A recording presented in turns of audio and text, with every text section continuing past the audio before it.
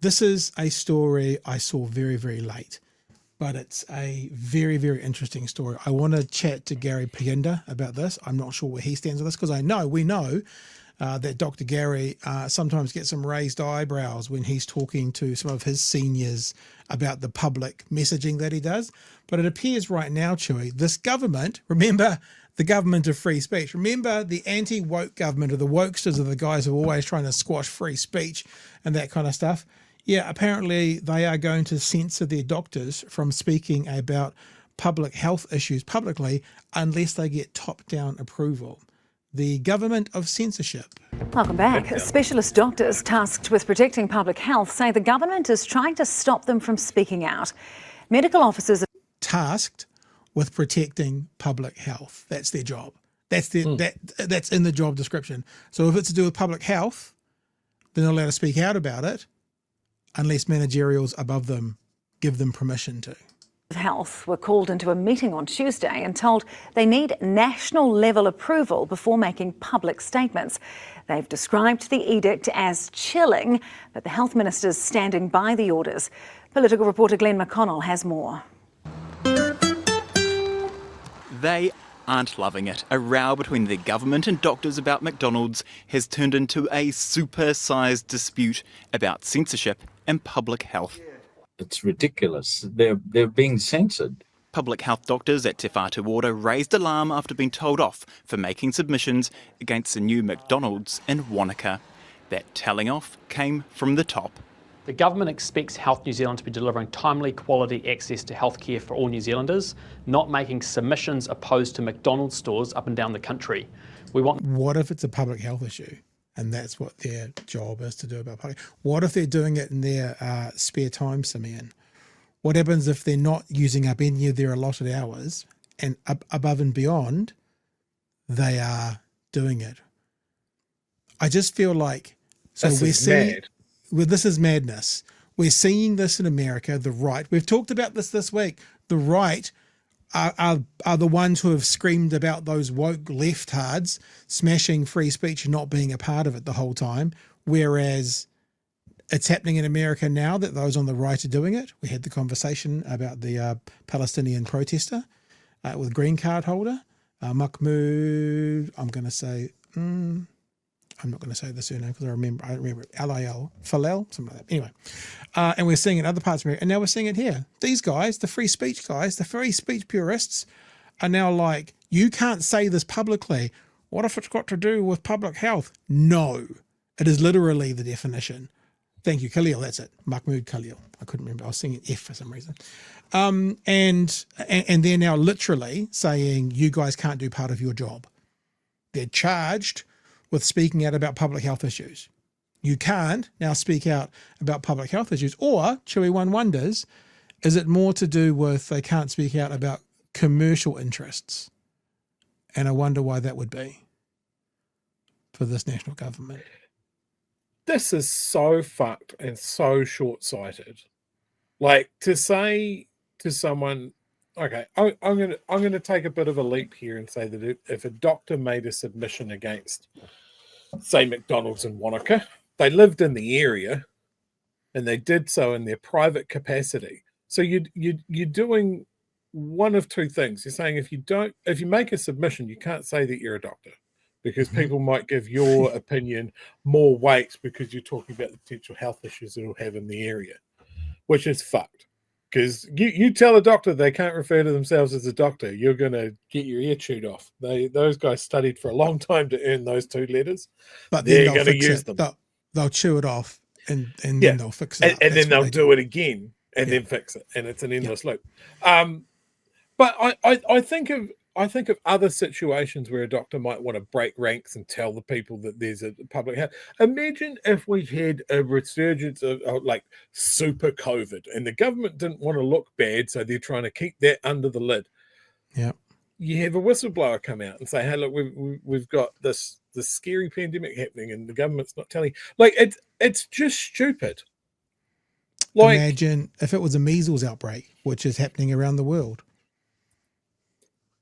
Yeah. Oh, there's no outbreak because we're not talking about it. There is, but they're not allowed to talk about it. I just can't see the angle that he's taking. Like, this is different.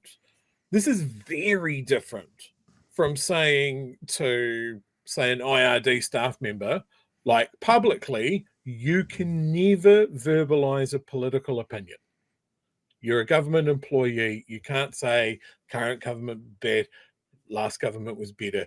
You're paid by the government. So you can't. And I know people that work for government departments, and they treat that very seriously. Yeah.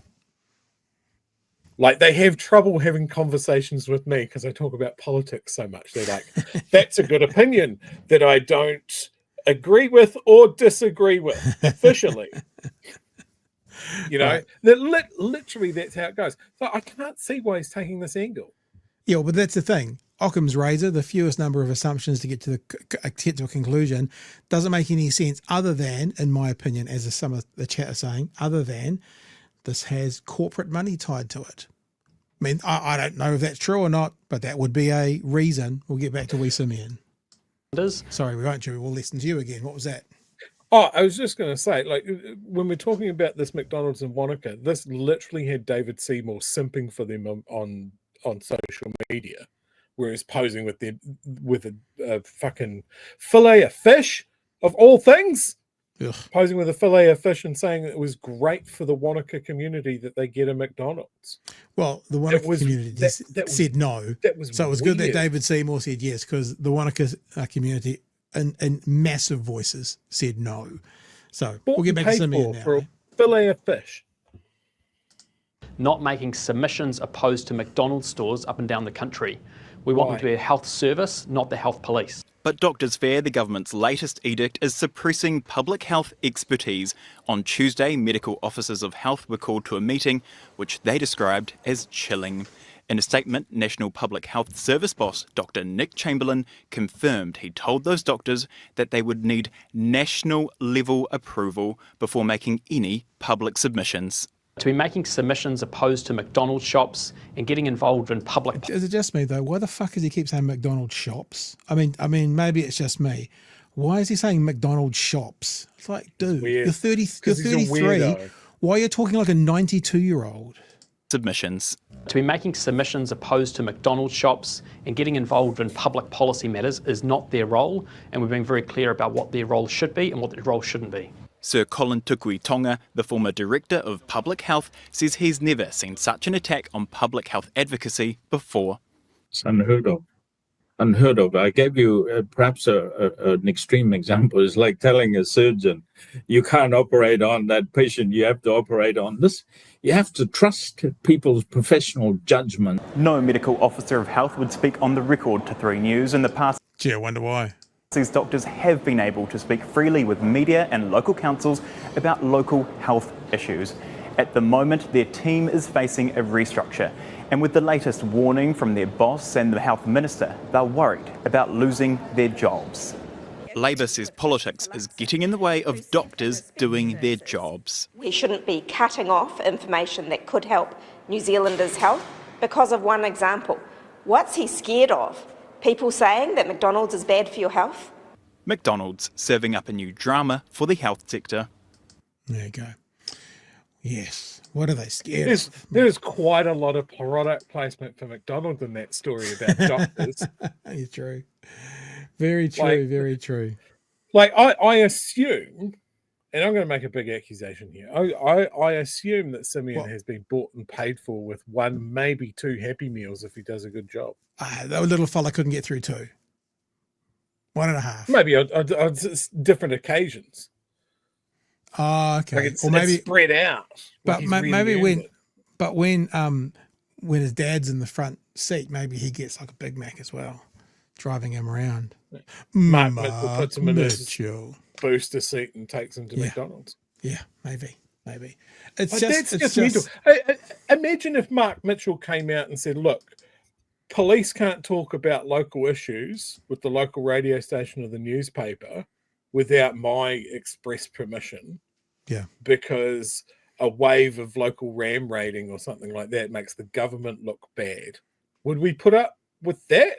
Because that's kind of along the same lines. It's mental. Well, speaking of police, as Tom says very cleverly, if doctors aren't the health police, who are?